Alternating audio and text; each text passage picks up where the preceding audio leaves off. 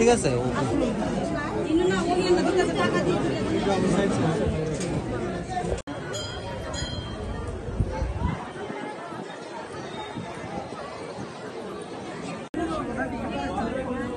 এই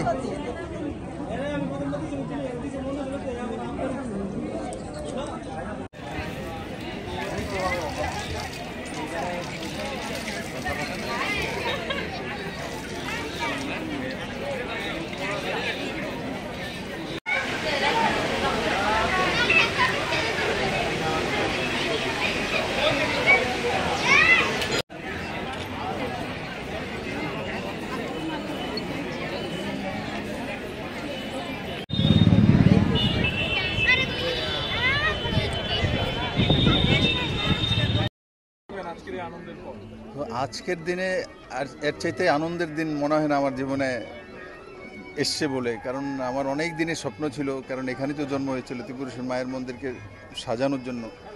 তো আজকে সেটা সফল হয়েছে, মাননীয় প্রধানমন্ত্রীর হাত ধরে সেটা আজকে ইনোগ্রেশন হয়েছে। আর আজকের দিনটাও খুব ভালো। এক তো নবরাত্রার প্রথম দিন, আর দ্বিতীয় হচ্ছে মাননীয় প্রধানমন্ত্রী দেশের জনতাকে যে উপহারটা দিয়েছেন, জিএসটির যে ছাড়তে দিয়েছেন, সেটা আজকের দিন থেকে লাগু হয়েছে। সব দিক দিয়ে তাকালে আজকের দিনটা অত্যন্ত আনন্দের ভারতবাসীর জন্য। আর এই আনন্দের দিনটায়, শুভ দিনটিতে মাননীয় প্রধানমন্ত্রী শুভ আগমন এখানে হয়েছে মাতা ত্রিপুরেশ্বরী মন্দিরে।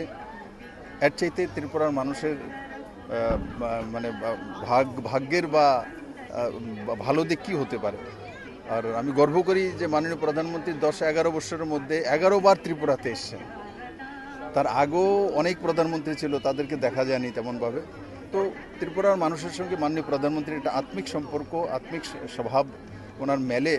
আর আজকে সবচেয়ে বড় বিষয়, আজকে মাননীয় প্রধানমন্ত্রীকে আমি বলেছিও, ধুতি পরে এসছেন উনি, যে আমাদের কৃষ্টি সংস্কৃতি হিসাবে ত্রিপুরেশ্বরী মায়ের মন্দিরে পুজো দেওয়ার জন্য উনি আমাদের প্রথাগত হিসাবে, সে জাতি হোক জনজাতি হোক, আমরা ধুতি পরে পূজা অর্চনা করি।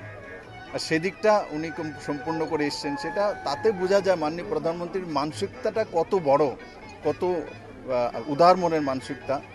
তো আমরা সবাই ভাগ্যবান উনি আজকে এখানে এসছেন ত্রিপুরেশ্বরী মায়ের মন্দিরে। আর আমি খুব খুশি, এখানে আমার সঙ্গে সুশান্ত চৌধুরী আছে, ট্যুরিজম মিনিস্টার। ও খুব পরিশ্রম করেছে এই স্কিমকে সফল করার জন্য। 16-17 কোটি টাকা এক্সট্রা রাজ্য সরকার দিয়েছে, তো ওর প্রচেষ্টা এসছে। স্থানীয় বিধায়ক আমাদের অভিষেক দেব রায় আছে, ওর কনস্টিটুয়েন্সি, রাত দিনও পরিশ্রম করে। তো আশা করি ত্রিপুরা মানুষের যেটা স্বপ্ন ছিল যে স্পিরিচুয়াল ট্যুরিজমের মাধ্যমে মানুষের ভবিষ্যতের সমৃদ্ধি হোক, সেটা একটা বড় দিক আজকে উন্মোচন হল।